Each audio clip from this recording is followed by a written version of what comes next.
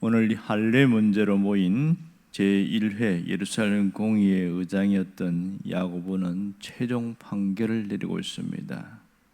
야고보는 단순히 하나님께서 고넬료 일행들을 구원해 주셨다 이렇게 증언하는 베드로의 증언과 또 거기에 자기의 주관적인 판단을 근거로 해서 최종 판결을 한 건 아닙니다. 그는 그 판결의 근거가 하나님의 말씀이었습니다.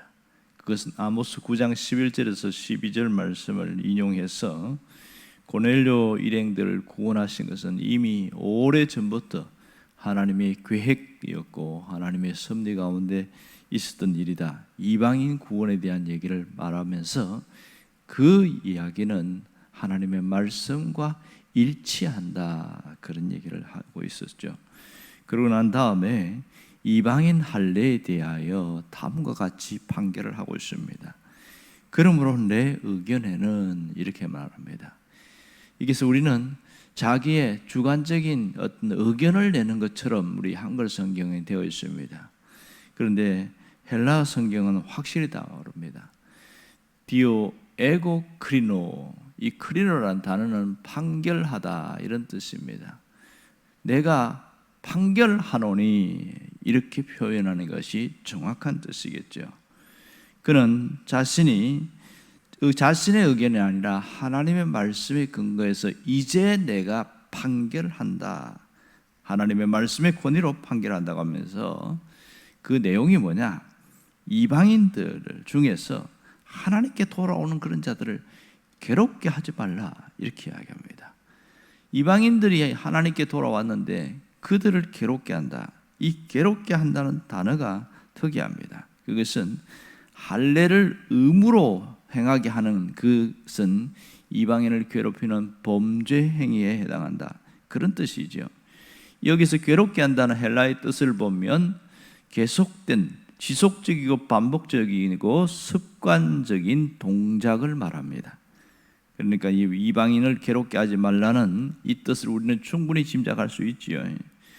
야고보의 판결은 그릇된 유대주의에 빠져 있는 유대에 있는 그리스도인들이 할례를 그리스도인들에 대하여 구원의 조건이라고 말을 해서 이것 자체가 이방인들을 지속적이고 반복적이고 습관적으로 괴롭히는 범죄 행위다. 그래서 당장 그 행위를 그만두어라. 그런 판결이 되겠지요. 이 할례를 요구하는 것은 정말 괴롭게 하는 행위라는 것을 베드로의 증언을 통해서 우리는 분명히 한 번 더 확인할 수 있습니다. 10절에 보면 뭐라고 그러냐면 자신도 능히 맬 수 없는 멍에를 이방인에게 목매우는 범죄 행위였다. 그 얘기를 하고 있는 것이죠. 멀쩡한 사람 목에다가 멍에를 더 씌우면 그 사람이 어떻게 살아갑니까? 그러니까 예수를 믿게 한 것까지는 좋았는데 그것 갖고 안 되고 율법도 지켜야 되고 할례도 행해야 되고 그러니 사람이 살 수가 없다는 거예요. 자기들도 다 못 지키는 율법을 지키라고 하니 이게 보통 어려운 게 아닌 것이죠. 이런 일들을 했다는 겁니다. 사실 하나님을 믿는 사람들이 하나님을 이름을 빙자해서 괴롭히는 일들은 예수님 당시에도 있었던 일이 많습니다. 그거 아시죠? 예수님이 수전절 명절에 예루살렘에 갔을 때에 그때 이제 쭉 돌아보니까 베데스다 보니까 그 연못이 있어요. 그 유명한 전설이 있죠. 가끔 어떻게 해서 연못이 이렇게 물이 움직이는 그런 때가 있나 봐요. 그 전설이 생겼는데 물이 딱 움직이는 그 순간 누군가 들어가면 처음 들어간 사람은 낫는다.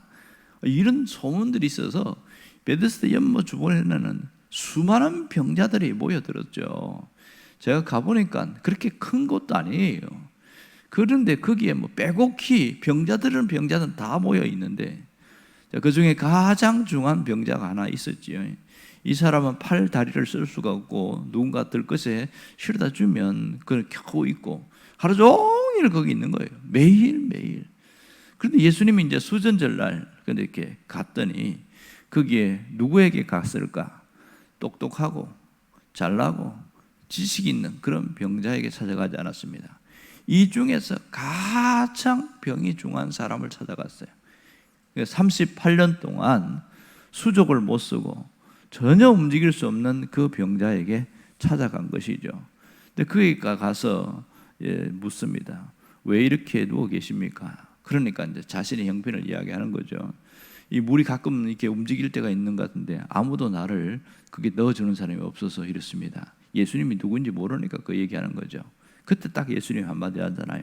네가 낫고자 하느냐. 그럴 때 예수님이 또 이야기합니다. 너의 침상을 들고 일어나 걸어가라. 그 순간 강력한 능력이 임해서 도무지 38년 동안 일어날 수 없는 그가 일어났어요. 그리고 들것을 들고 간 거예요. 옆에 있는 사람들은 깜짝 놀란 거죠. 다 같이 옆에 누워있고 뭐 앉아있고 이런 사람인데 어떻게 이런 일이. 자, 이러면 정상적인 사람은 어떻게 됩니까? 야, 너무 잘 됐다고 축하하고 격려해주고 참 귀한 일 하셨네요 하고 예수님께 고맙다고 말도 하고, 이게 정상이잖아요. 그런데 이 사건 때문에 이 38년 된 병자가 걸어서 들것을 갔다고, 이 들것 자기 침상 있죠, 그거 들고 갔다고, 그게 안식일을 범하는 것이라고 그래서 그 38년 된 병자를 비난하고 당신은 안식일을 범한 죄를 지었다 막 이러면서 책망하고 이런 거예요. 이 얼마나 비참한 상황입니까? 이것이 하나님을 믿는다고 하는 그들이 오히려 더 정죄하고 더 상처를 크게 입히는 그런 짓을 했다는 겁니다. 누가 그런 일을 했어요? 서기관과 바리새인들이거든요. 성경을 가장 많이 알고 하나님을 잘 안다고 하는 그들이 오히려 유대주의라는 이 관습과 습관, 전통을 얽어매어서 오히려 하나님의 말씀을 훼손하는 이런 일이 예수님 당시도 있었던 것을 알 수가 있습니다. 이 당시의 서기관들과 바리새인들은 또 전도하는 일에도 굉장히 열심이었어요. 그래서 믿지 않는 자들을 전도하기도 하고 또 이방인들도 믿게끔 하고 굉장한 열심이죠. 문제는 거기까지는 참 좋은데 믿게 한 다음에 뭐라고 그러냐면 당신은 이제 할례를 받아야 돼. 당신은 율법을 지켜야 돼. 그래갖고 완전히 지워가지고 더 지옥의 자식이 되게 만든다. 예수님의 표현이에요. 전도에서 더 지옥으로 끌고 가는 그런 일을 행한다. 이 일들이 생겼던 것이죠. 오늘 이 판결은 대단히 중요합니다.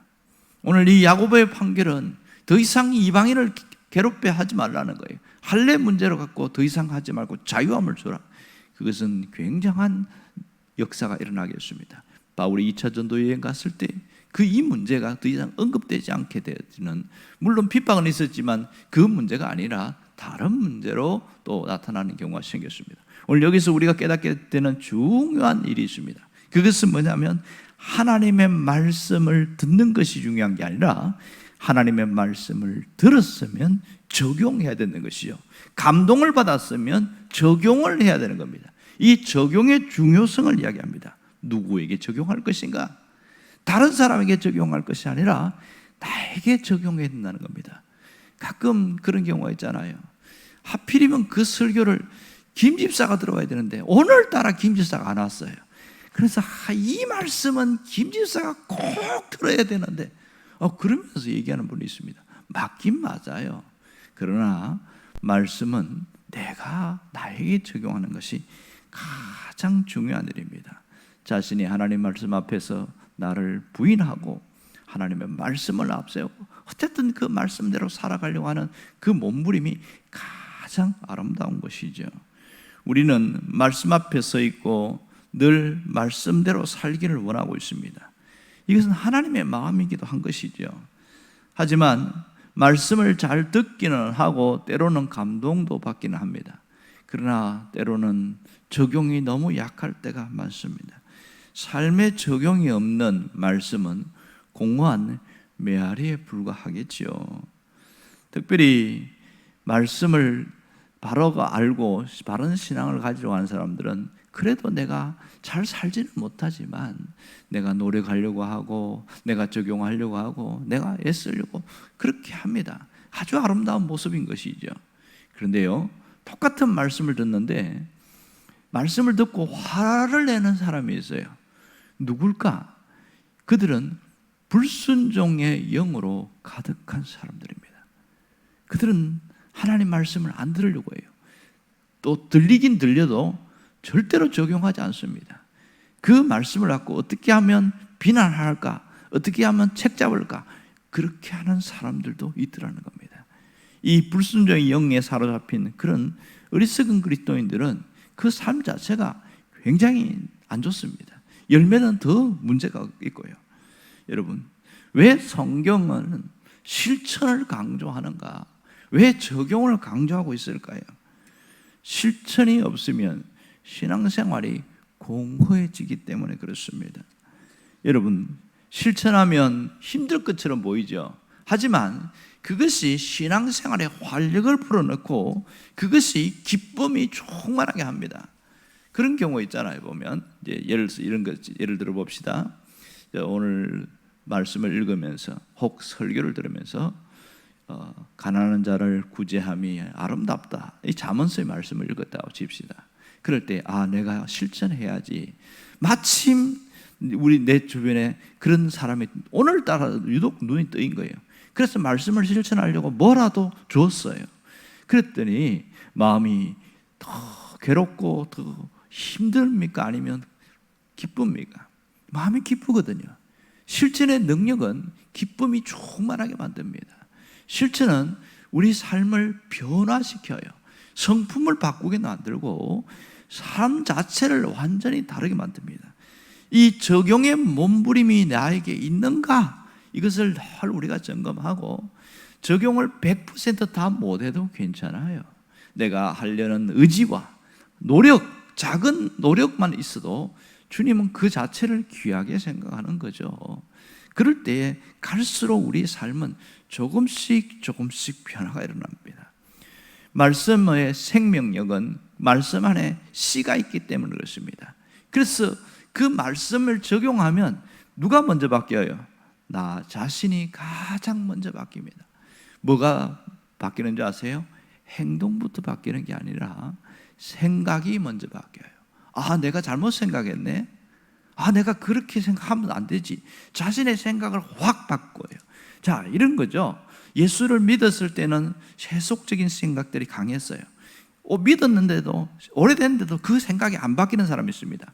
세속적인 생각들이 강한 사람들은요, 딱 무엇을 보면 사람과 비교하고 또 어떤 다른 것과 비교하고 부럽다, 여기에 막 꽉 차버려갖고 나는 언제 저렇게 사나, 항상 이렇게 이 모양으로 살아가요. 그랬던 세속적인 사고방식이 있던 사람이 말씀의 은혜를 받고 적용하면서 싹 바뀌는 거예요. 어떻게? 그리스도 중심으로 바뀌는 거예요. 신앙적으로 바뀌는 거예요. 자기가 중요시 여기는 게 잘 먹고 잘 살고 그렇게 사는 게 아니에요. 어떻게 하든지 하나님 말씀대로 살고 신앙적으로 살고 예수님 함께 살고 이렇게 생각이 싹 바뀌어버린 거예요. 이 사람이 성숙한 사람이요, 이 사람이 변화가 있는 사람입니다. 그러니 이전에는 그것이 귀하게 보이고 부러워 보이고 대단해 보이는데 신앙이 성숙하면서 별것 아닌데 그렇게 싹 달라지는 겁니다. 내가 소중히 여기는 게 달라져요. 누구처럼? 바울처럼 달라지는 거죠. 바울은 엄청난 스펙을 갖고 있었잖아요. 태어날 때부터 로마 시민권이라는 엄청난 권력 같은 것이 있었습니다. 여러분, 소아시아 지방 다니면서 로마 시민권이 있다고 그러면 사람을 죽여도요, 저 사람 절대 죽일 수가 없습니다. 도적질을 해도 그 사람에게 감옥에 집어넣을 수가 없어요. 그게 로마 시민권의 위력입니다. 바울은 그런 엄청난 특권을 갖고 있었습니다. 그런가 하면 학문으로서는 최고의 학문을 배웠습니다. 당시에 유대의 가말리알 문화생 이러면 이 사람 대단한 사람이다. 그 중에서 이 바울은 수제자였거든요. 그런데 얼마나 대단합니까? 당시에 가말리알 문화생이냐 힐렐 문화생이냐 그게 따지고 그랬거든요. 그러니 그 많은 것을 가지고 있던 그가 예수를 믿으면 점점 변화되면서 딱 달라졌습니다. 그거 별거 아니구나.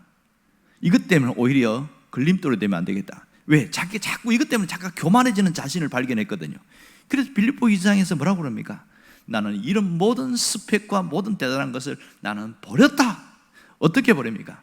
배설물처럼 버렸다. 사람들이 배설물 보고 다시 보고 생각하고 묵상하는 사람도 있나요? 없습니다. 깨끗이 잊어버립니다. 바울은 그렇게 살았어요. 이게 우리의 신앙인의 모습입니다. 우리의 신앙인은 오직 표대를 향하여 달려가는 사람, 예수 그리스도 안에서 사는 사람, 그것이 너무 기쁘고 너무 행복하고 너무 좋은 것이죠. 이런 사람의 하나님이 변화를 일으키는 사람으로 사용합니다. 이런 사람은 사람을 살리는 생명의 통로가 되는 것이죠. 우리는 이것을 놓쳐버리면 자꾸 외적인 걸 생각해요. 뭘 열심히 하고 뭘 잘 살고 뭔가 가시적으로 눈에 보이는 것을 해야만 신앙생활을 잘한다고 생각하는데 절대로 그렇지 않습니다. 신앙생활의 진정한 힘과 능력은 내적인 변화입니다. 여기서부터 나타나게 되는 것이죠. 여러분, 오늘 삶 속에 내가 뭘 적용할 것인가를 끊임없이 고민하는 여러분들 되기를 바랍니다. 그렇다면 여러분은 사람을 살리는 생명의 통로가 될 것입니다. 기도하겠습니다.